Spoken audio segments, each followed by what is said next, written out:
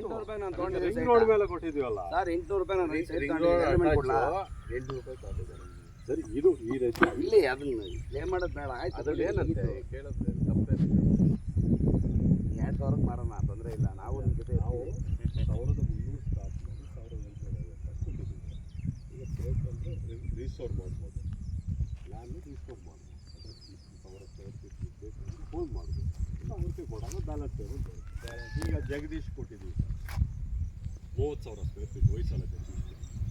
1650 ಕೊಟ್ಟಿದ್ದೀವಿ ಸರ್ ಅವ್ರು ಕೊಟ್ಟಿರೋದು ಎಷ್ಟು 25 ಲಕ್ಷ ಕೊಟ್ಟಿದ್ದೀವಿ ಎಷ್ಟು ಬೇಕು ನಮಗೆ ಇನ್ನೂ ಬರಬೇಕಾಗಿರೋದು 3 ಕೋಟಿ ಮೇಲೆ 3 ಚಿಲ್ಲರೆ ಬರಬೇಕು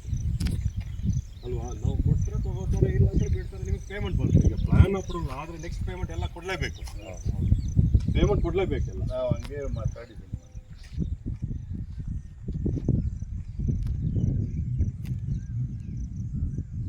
ಮತ್ತೆ ಇವರು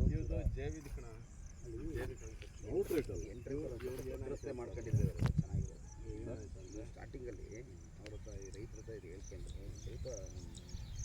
30-40 ಅಡಿ ತೊಗೊಂಡಿದ್ದೆ